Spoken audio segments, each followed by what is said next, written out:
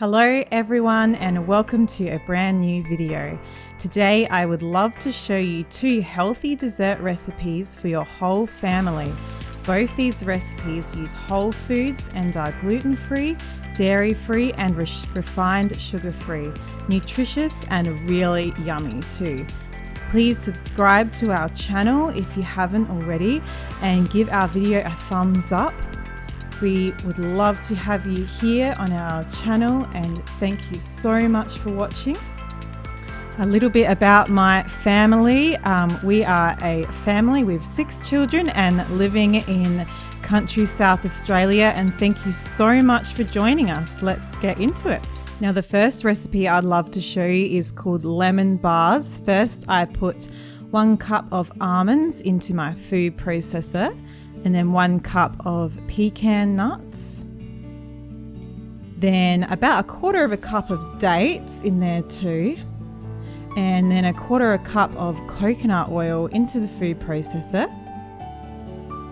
Then I add 1/2 teaspoon of vanilla extract and 1/2 teaspoon of Celtic sea salt.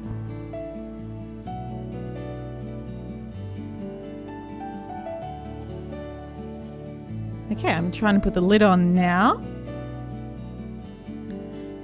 And I'm going to whiz that up for a couple of minutes until it resembles a pebbly sand sort of texture.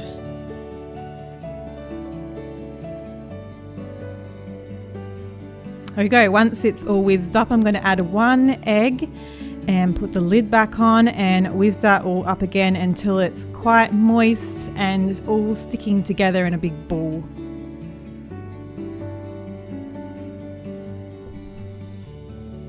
Then I'm going to press it out into a tin. The tin doesn't even need to be greased. I'm going to press it all out with my hands, and I also use the back of a spoon, which is probably easier. That's just the coconut oil spoon, and I'm going to press it all out into the tin, and that's the base. And that's what it looks like once it's all smoothed out with the back of the spoon.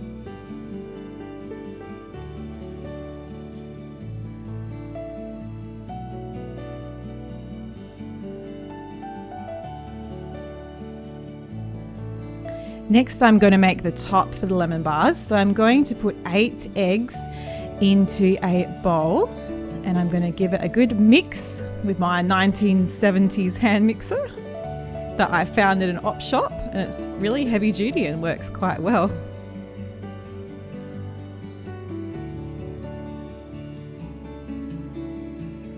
Once that's mixed up, I'm going to add about 3/4 cup of freshly squeezed lemon juice and 1 teaspoon of lemon zest, and also 1/2 cup of raw honey.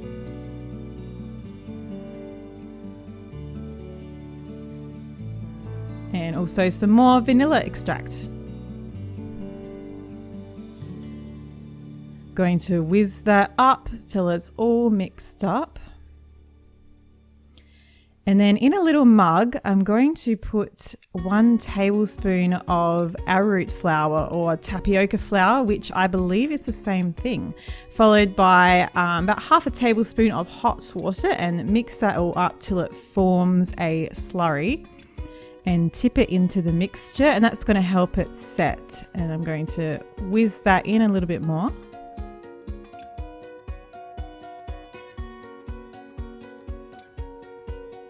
Then you tip that carefully onto the base.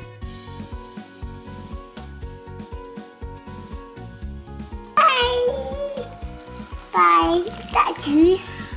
Hi. It's got lemon juice in it. Hello, lemon. Bubbles. Lemon got bubbles. Bubble, bubble.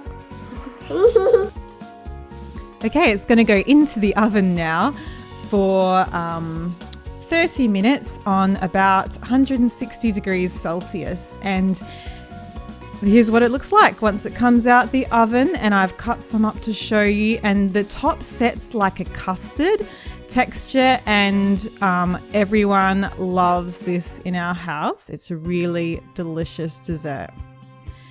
So the second recipe I'm going to show you is so healthy that I even let my 3-year-old eat it for lunch today. It's called sweet potato brownies. And if you're a dark chocolate lover, you will love this one. So it's got a grated sweet potato in there. Then we add 2 eggs and 2 teaspoons of vanilla extract. And then half a cup of rice malt syrup and half a cup of melted coconut oil. Then a generous tablespoon of gluten-free baking powder. And I'm going to mix that up now. And then I forgot also baking soda, so I added that. And that's half a cup of cacao and then 2 tablespoons of coconut flour, and give it all a really good mix. I'm going to pour it into a tin, and I think I just used olive oil spray to grease the tin a bit. You could put baking paper on the bottom and that would help, and just spread it all out so it's nice and even, and bake it in a oven for 25 minutes. I think the oven was on about 180 degrees. So it's actually cooked now and out the oven, and I'm just showing you how I make the icing. I just put a block of Lindt 85% dark chocolate and some coconut oil in a bowl, and I actually melted that in the microwave. You could melt it on the stove if you like. I just did mine in the microwave for convenience sake, and I just spread the melted chocolate mix all on top of the brownie once it's completely cool.